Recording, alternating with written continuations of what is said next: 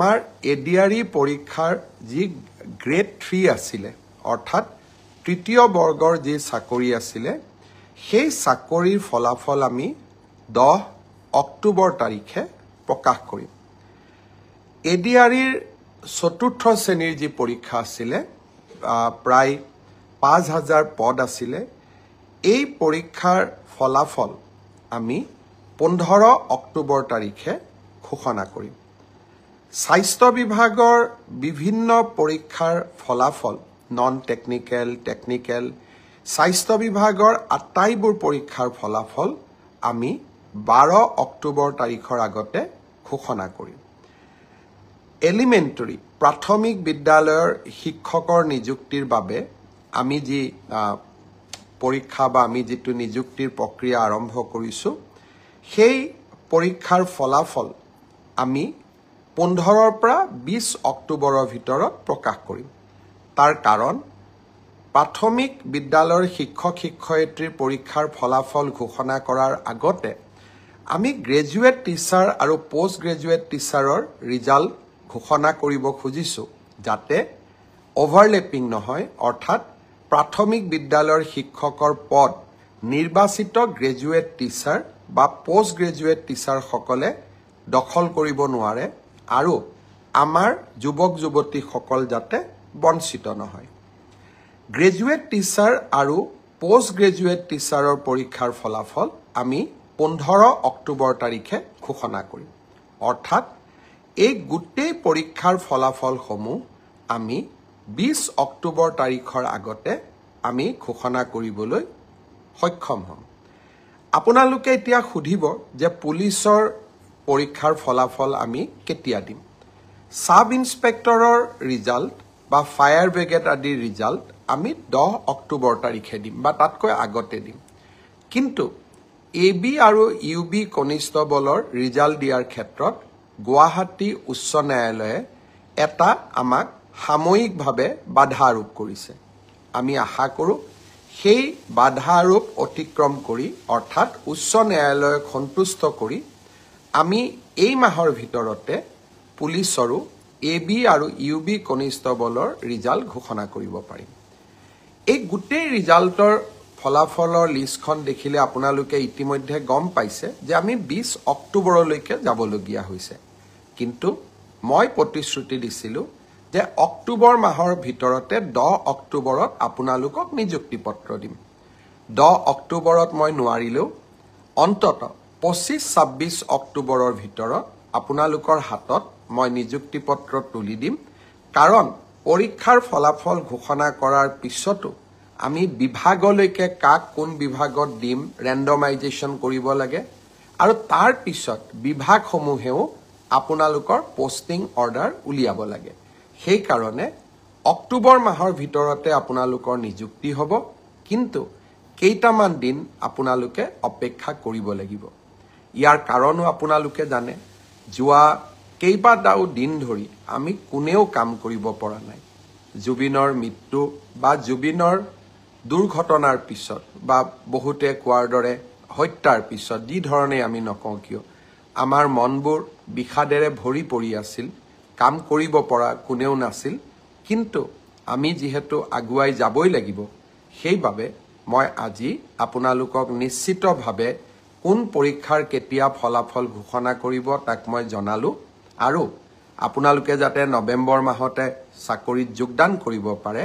তাৰো আমি নিশ্চিতভাৱে ব্যৱস্থা লম বন্ধু বান্ধৱীসকল শ্ৰদ্ধাৰ ৰাইজ আৰু কেইটামান কথা মই আপোনালোকক ক'ব খুজিছো অৰুণোদয়ৰ জৰিয়তে আমি অসমৰ 30 লাখ পৰিয়ালক মাহত 1250 টকাকৈ আগবঢ়াওঁ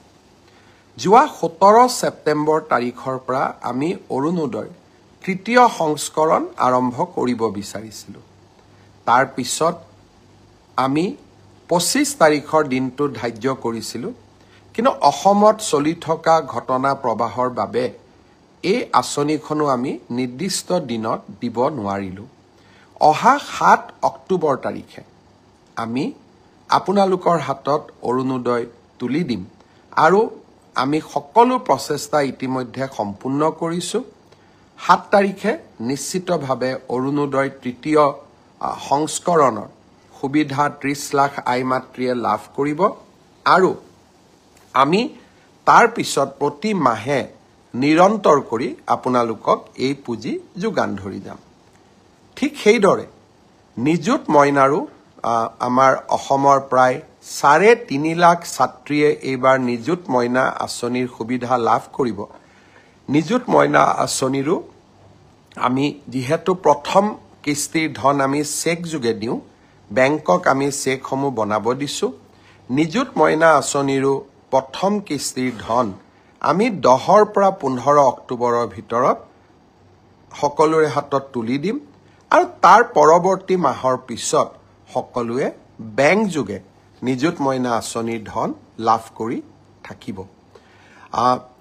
এডিআৰিৰ ওপৰত আপোনালোকৰ প্ৰশ্ন আছিলে, অৰুণোদয়ৰ ওপৰত আপোনালোকৰ প্ৰশ্ন আছিলে, নিযুত মইনাৰ ওপৰত আপোনালোকৰ প্ৰশ্ন আছিলে। মই চেষ্টা কৰিছিলোঁ যাতে আজি ফেচবুক লাইভৰ জৰিয়তে গোটেইখিনি উত্তৰ দিব পাৰোঁ। শ্ৰদ্ধা ৰাইজ, যোৱাকালি BTCৰ নিৰ্বাচন সম্পূৰ্ণ হ'ল। এয়া প্ৰথমবাৰৰ বাবে বড়োভূমিত নিৰ্বাচন অনুষ্ঠিত হ'ল, যি নিৰ্বাচনৰ পূৰ্বেও হিংসাত্মক ঘটনা সংঘটিত হোৱা নাছিলে, নিৰ্বাচনৰ সময়তো হিংসাত্মক ঘটনা সংঘটিত নাই হোৱা আৰু নিৰ্বাচনৰ ফলাফল দিয়াৰ পিছতো সকলো পক্ষই ক্ৰীড়া সুলভ মনোভাৱেৰে পৰীক্ষাৰ ফলাফল যেনেকৈ আমি গ্ৰহণ কৰোঁ, নিৰ্বাচনৰ ফলাফলো তেনেকৈ আমি গ্ৰহণ কৰিছোঁ। মই বড়োভূমিৰ ৰাইজলৈ পুনৰ এবাৰ অভিনন্দন জনাইছোঁ আৰু BPF দলৰ মুৰব্বী হাগ্ৰামা মহিলাৰীক তেখেতৰ বিজয়ৰ বাবে অভিনন্দন জ্ঞাপন কৰিছোঁ। ভাৰতীয় জনতা পাৰ্টীয়ে আকাংক্ষিত ফল লাভ কৰিব নোৱাৰিলে। আমি 5খন আসনত জয়লাভ কৰিলোঁ আৰু 5খন আসনত আমি 150ৰ পৰা 600 ভোটৰ ব্যৱধানত হাৰিবলগীয়া হ'ল। মূল কাৰণ এইটোৱে যে যিদিনাখনে আমি জুবিন গাৰ্গৰ মৃত্যুৰ বাতৰি পালোঁ, আমি গোটেইবিলাকে নিৰ্বাচনৰ ৰণক্ষেত্ৰৰ পৰা আঁতৰি আহিলোঁ আৰু জুবিনৰ শৱদেহ পাৰ্থিৱ শৰীৰ গুৱাহাটীলৈ উভতাই অনা, পোষ্টমৰ্টেম, শ্ৰদ্ধাঞ্জলি আৰু শেষকৃত্য সম্পন্ন কৰ্তব্যৰ তাগিদাত আমি নিৰ্বাচনৰ ৰণভূমি তাতেই এৰি থৈ উভতি আহিলোঁ। আকাংক্ষিত ফল লাভ কৰিব নোৱাৰিলোঁ, কিন্তু আমি সকলোৱে জানো যে কৰ্তব্যৰ আহ্বানতকৈ জীৱনত আন একোৱেই ডাঙৰ হ'ব নোৱাৰে। যদিও আমি কৰ্তব্যৰ আহ্বানৰ বাবে কেইটামান চিট হেৰুৱাবলগীয়া হ'ল, আমাৰ এই সামান্য ত্যাগে জুবিনৰ শেষ যাত্ৰাক অধিক মহিমাময় কৰি তুলিছিলে। ৰাইজক আমি বিভিন্ন